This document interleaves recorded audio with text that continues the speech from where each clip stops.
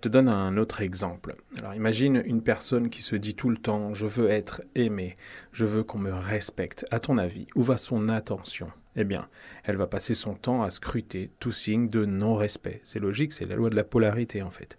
Le moindre regard, la moindre remarque un peu sèche, eh bien tout va lui sembler être un manque de respect.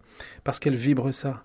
Elle attire des gens ou des situations qui vont la pousser à ressentir encore plus ce besoin d'être respectée. C'est un cercle vicieux. L'univers, lui, il ne sait pas que tu veux plus de respect. Ce qu'il capte, c'est ce que tu vibres, donc ce que tu vibres, le manque de respect. Alors il t'envoie encore plus ce manque. Tout ça, c'est la loi de la résonance. L'univers, eh bien, c'est comme un sonar géant qui renvoie l'écho de ce que tu diffuses. Si tu vibres la peur, tu récoltes la peur. Si tu vibres le manque, tu attires des situations de manque.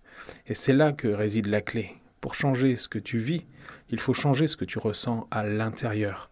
Tu dois accepter ce que tu crains, ce que tu cherches à éviter, parce que c'est cette acceptation qui fait basculer l'énergie. C'est un peu comme si tu essayais de te débarrasser de l'ombre en la fuyant.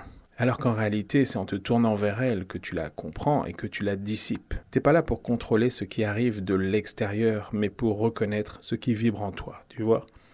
Donc, ce que tu cherches à fuir, c'est souvent ce que tu finis par attirer, parce que tu lui donnes de l'énergie, tu le nourris sans même t'en rendre compte. L'univers est neutre, il ne capte pas si c'est bien ou mal, juste ce que tu émettras. Alors, si tu veux de l'amour, commence par sentir que tu es déjà aimé. Si tu veux la sécurité, commence par te sentir en sécurité en toi. Parce que la vraie transformation, elle ne vient pas de ce que tu fais, mais de ce que tu vibres à l'intérieur.